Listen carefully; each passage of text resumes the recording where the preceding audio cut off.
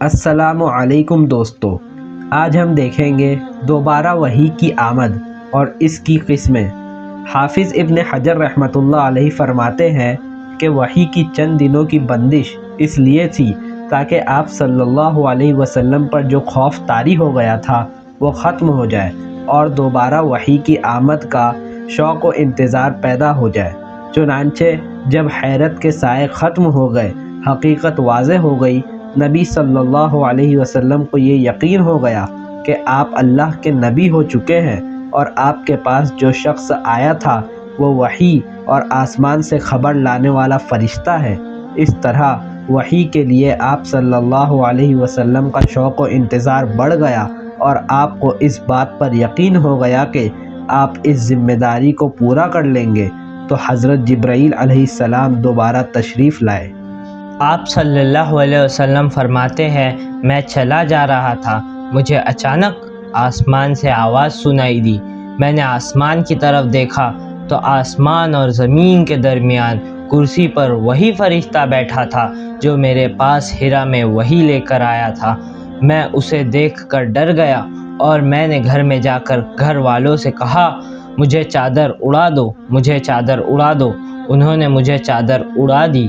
اس کے بعد اللہ تعالیٰ نے یا ایھا المدثر، اے کپڑا اوڑھنے والے، قم فانذر، کھڑا ہو جا اور آگاہ کر دے، وربک فکبر، اور اپنے رب ہی کی بڑھائیاں بیان کر، وثیابک فطہر، اپنے کپڑوں کو پاک رکھا کر، والرجز فہجر، ناپاکی کو چھوڑ دے۔ یہ آیتیں نازل فرمائی، پھر اس کے بعد وحی لگاتار آنے لگی۔ یہ دوسری وحی کی آمد کا واقعہ ہے۔ اب ہم دیکھیں گے وحی کی قسمیں۔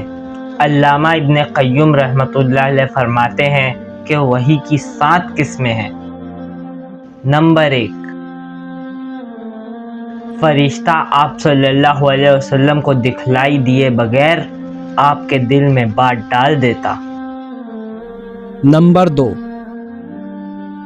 فرشتہ نبی صلی اللہ علیہ وسلم کے لیے آدمی کی شکل اختیار کر کے آتا اور آپ کو مخاطب کر کے جو کچھ کہتا وہ آپ یاد کر لیتے۔ اس صورت میں کبھی کبھی صحابہ کرام رضی اللہ تعالی عنہ اجمعین بھی فرشتے کو دیکھتے تھے۔ نمبر 3، آپ صلی اللہ علیہ وسلم کے پاس وحی گھنٹی کے ٹنٹنانے کی طرح آتی تھی۔ یہ وحی کی سب سے سخت صورت ہوتی تھی۔ اس صورت میں فرشتہ آپ سے ملتا تھا اور وحی آتی تھی تو سخت ٹھنڈی کے موسم میں بھی آپ کی پیشانی سے پسینہ نکلنے لگتا تھا، اور آپ صلی اللہ علیہ وسلم اگر اونٹنی پر بیٹھے ہوتے تو وہ زمین پر بیٹھ جاتی۔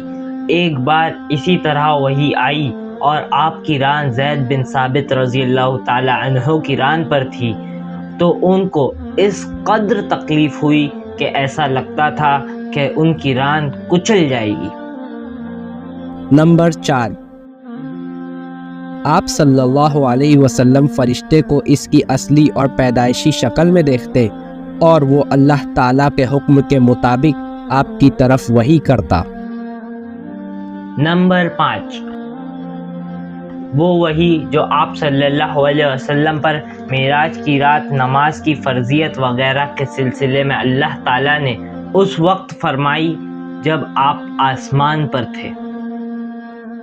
نمبر 6، فرشتے کے واسطے کے بغیر اللہ تعالیٰ کی آپ صلی اللہ علیہ وسلم سے براہ راست گفتگو۔ اب آپ کے لیے ایک سوال، اس ویڈیو میں ہم نے وحی کی ایک قسم نہیں بتائی ہے، آپ کو وہ ایک قسم بتانا ہے، وہ کون سی قسم ہے؟ ہم صحیح جواب کو پن کر دیں گے۔ بس آج کی ویڈیو میں اتنا ہی۔ اس کے بعد آپ صلی اللہ علیہ وسلم کے ساتھ کیا کیا واقعات پیش آئے اس کی تفصیل ہم انشاءاللہ آگے دیکھیں گے۔ والسلام علیکم ورحمۃ اللہ وبرکاتہ۔